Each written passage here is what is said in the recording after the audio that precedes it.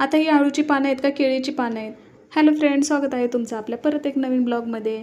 कालच्या व्हिडिओमध्ये जी गोष्ट सांगायची होती ती मी आज तुम्हाला सांगणार आहे की स्वयंपाक करताना माझ्याकडून झालेली एक चूक, जी चूक जर नवऱ्याला माहिती पडलं तर मला 100% ओरडा आहे. आणि दुसरं की आपल्यामध्ये अशी एक वैशिष्ट्य आहे की जी कुणालाच माहीत नाही. आपल्यामध्ये एक अशी गोष्ट दडलेली आहे की ती कुणालाच माहिती नाही आणि ते म्हणजे आहे आपला आत्मविश्वास. बघा ना, असल्या गरमीमध्ये सुद्धा आपण किचनमध्ये स्वयंपाक करतोय, मग हा आपला विश्वासच झाला ना. आपल्या जागी आपल्या नवऱ्याला किंवा दुसरं कोणाला तरी उभा करा, ते करतील का स्वयंपाक बघा. मग ही गोष्ट आपल्यामध्ये दडलेली आहेच ना. आपण एवढ्या उन्हाच एवढ्या गरमीचं स्वयंपाक करत आहे, मग बघा ना आपल्यामध्ये किती आत्मविश्वास आहे का नाही. आणि दुसरी गोष्ट, जी मी भाजी केली होती ना काल शेवग्याची, ती बघा कशी करपलेली आहे. माझं लक्ष मोबाईलमध्ये असताना एवढी भाजी करपली. आता ही जर गोष्ट नवऱ्याला जर कळाली तर ओरडा आहे का नाही. मग मी काय केलं, ती भाजी पटकन गायब केली आणि दुसरी डाळ करून ठेवली.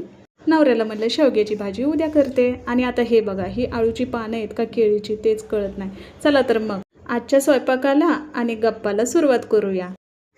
काल आपण शिवाजी महाराज यांच्या पत्नी सईबाई यांच्याबद्दल गप्पा मारत होतो आणि त्यांच्याबद्दल गप्पा मारताना वेळ कधी निघून गेला हे सुद्धा कळालं नाही. म्हणून म्हटलं राहिलेल्या गप्पा आजच्या भागामध्ये पूर्ण करूया. काल आपण पाहिलं की सईबाई यांनी अवघ्या वयाच्या 25 ते 30व्या वर्षी या जगाचा निरोप घेतलेला होता. महाराजांनी अनेक किल्ले जिंकले, अनेक युद्ध जिंकले, पण सईबाईच्या जाण्याने त्यांनी स्वतःचा एक आधारस्तंभ गमावला होता. असं म्हणतात की सईबाई गेल्यावर महाराज कित्येक दिवस कोणाशी बोलले नव्हते. ज्या राजाने कधीही संकटकाळी डोळ्यात पाणी आणलं नाही, त्या राजाच्या डोळ्यात सईबाईच्या आठवणीने पाणी आलं. स्वराज्याच्या प्रत्येक निर्णयात त्या महाराजांच्या पाठीशी खंबीरपणे उभ्या असायच्या. सईबाई साहेबांची सर्वात मोठी काळजी कोणती असेल तुम्हाला माहिती आहे का? ती म्हणजे लहान शंभूराजे. एक आई जेव्हा आपल्या चिमुकल्याला सोडून जाते तेव्हा तिच्या मनात काय वेदना असतील, पण सईबाईंना खात्री होती की जरी त्या नसल्या तरी आऊसाहेब म्हणजे जिजाऊ माँसाहेब शंभूराजांना स्वराज्याचा ढाण्या भाग बनवतील. आणि तसंच झालं. असं म्हटलं जातं की सईबाईंच्या शेवटच्या क्षणी त्यांच्या मुखी फक्त 2च शब्द होते, राजे आणि शंभू. त्यांनी शेवटपर्यंत फक्त स्वराज्याचे आणि आपल्या पुत्राची काळजी केली होती.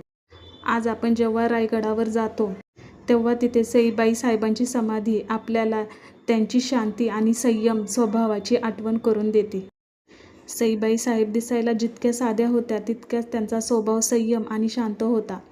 साक्षात छत्रपतींची पत्नी असूनही त्यांना कधीच अहंकार नव्हता. राजवाड्यातील प्रत्येक लहान मोठ्या माणसांची त्या मायांनी चौकशी करायच्या, म्हणूनच त्यांना राजवाड्याची माऊली म्हटलं जायचं. सईबाईंना माहीत होतं की त्यांचं आरोग्य त्यांना साथ देत नाहीये, पण त्या अशा माऊली होत्या ज्यांनी शंभूराजांना पाळण्यातच असताना स्वराज्याचं स्वप्न दाखवलं होतं. आज आपण जे शंभूराजांचे शौर्य पाहतो त्याचं पहिलं बीज रोपण हे सईबाईच्या संस्कारातूनच झालेलं होतं. ज्यावेळी राजगडावर सईबाईचं निधन झालं तेव्हा संपूर्ण गड शांत झाला होता.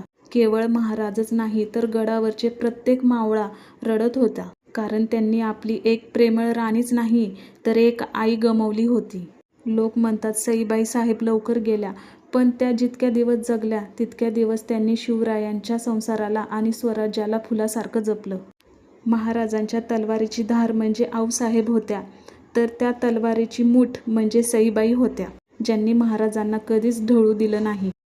जर तुम्हाला प्रेम आणि त्याग काय असतं हे पाहायचं असेल तर एकदा रायगडावर जाऊन सईबाई साहेबांच्या समाधीसमोर डोकं टेकवा. तुम्हाला आपोआप त्या पवित्र नात्याची जाणीव होईल.